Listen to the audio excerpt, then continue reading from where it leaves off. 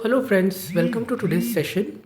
In today's session, we are going to understand and look for defense mechanisms, creativity and well-being topic. This is a part of childhood and growing up which comes in psychology and education. So the main points for today's session will be defense mechanisms, creativity, well-being and group dynamics. Now let's first understand what is defense mechanism. We are going to understand the meaning and definition of it. So first used by Simon Freud in his paper, The Neuropsychosis of Defense. A defense mechanism is a tactic developed by the ego to protect against anxiety. Now the psychologist view is defense mechanisms are ways people behave or think to better protect or defend themselves against anxiety. Unconscious processes. They are used to project oneself from shame, anxiety, less of self esteem, and unacceptable feelings. Psychological strategies. Brought into play by various psychological strategies to cope with vanity and maintain self image. Now let's understand some of the types of defense mechanism in which there are 11 psychological strategies. First is denial, means refusing to accept reality or fact. The second is regression. It means reversion to an earlier stage of development. The third is acting out, means extreme behavior instead of expressing feelings. The fourth is compartmentalization, which is separating parts of self from awareness.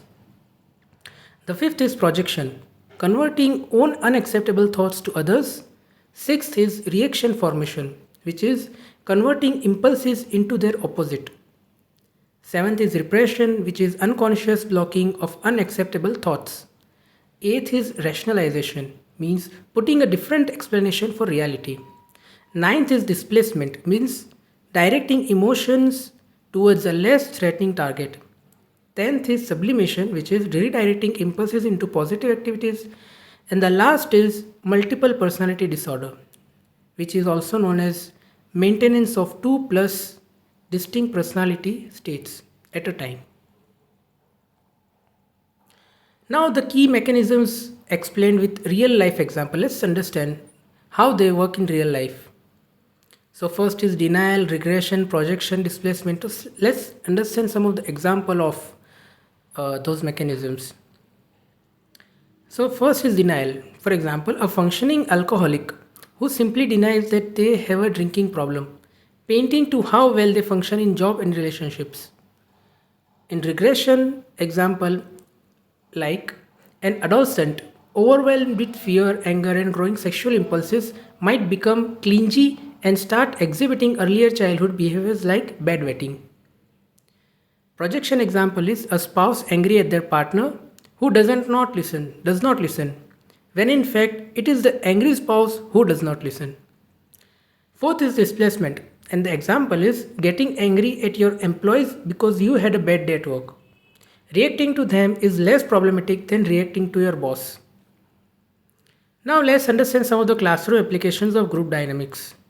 It refers to forces operating within groups, the conditions that give rise to them, modify or change them, and the sources that govern status, position, and role relationships among members. So, the group activities, skills essential for democratic living and better social understanding. Democratic leadership, skills for preparing individual members to become leaders of the group. Teacher's role.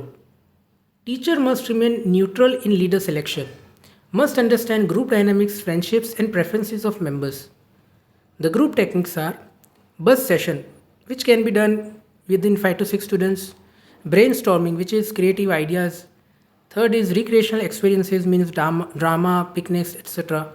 Now comes the role playing, which is a dramatized problems, and catharsis, planned group expressions.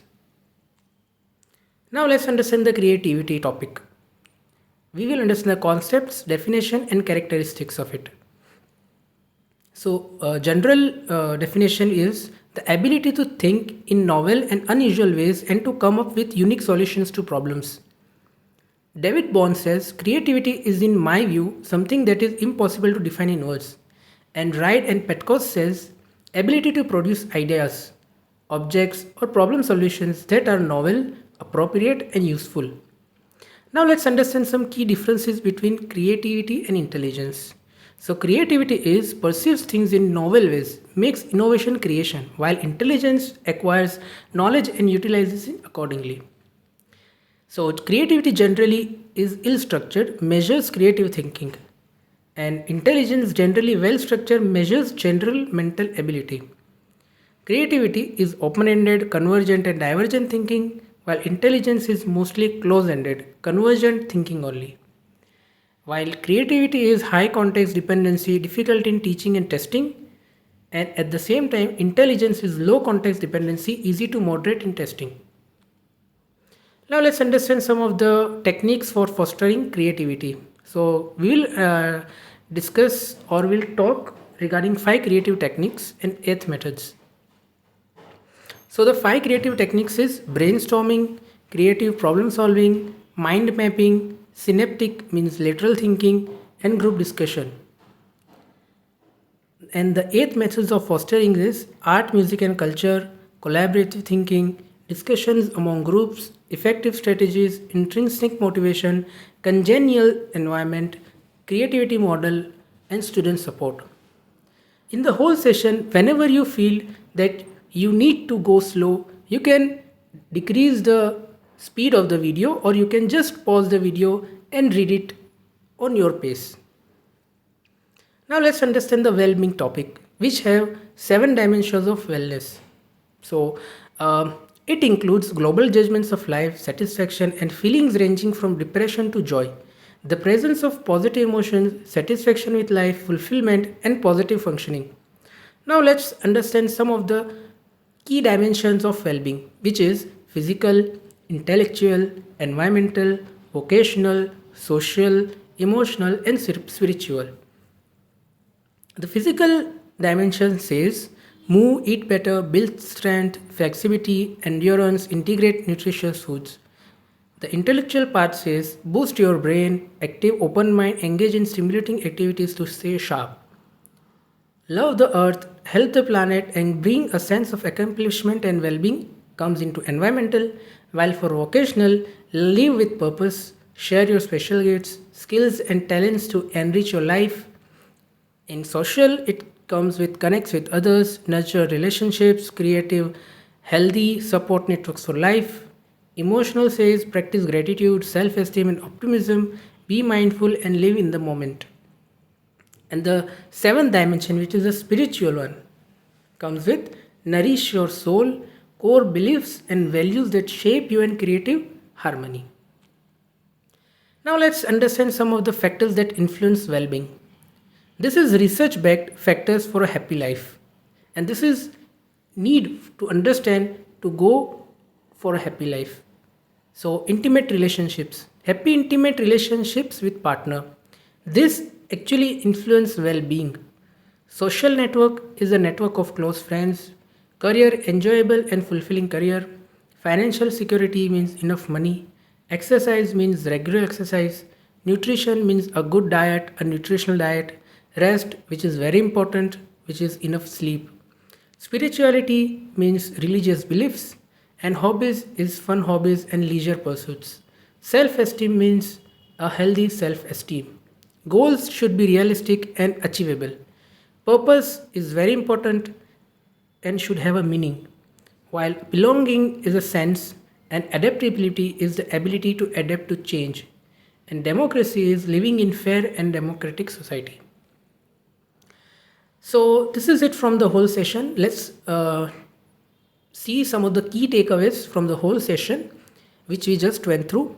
So we understood and we learned about defense mechanisms, which is unconscious strategies the ego uses to protect against anxiety, from denial to sublimation, creativity, the ability to think in novel ways and produce unique solutions fostered through brainstorming, mind mapping, and group discussions. And group dynamics, forces within groups that shape behavior, teachers must understand and leverage this for better classroom learning. And the well-being is a multi-dimensional concept encompassing physical, intellectual, emotional, social, spiritual, vocational, and environmental wellness. So this is it from today's session, guys. Hope you have learned something new today and it has increased your knowledge. Thanks again for watching. Please like, share and subscribe to our channel and press the bell icon to never miss an update. Let's meet again with a new topic in another session. Till then, keep learning and keep growing. Thank you.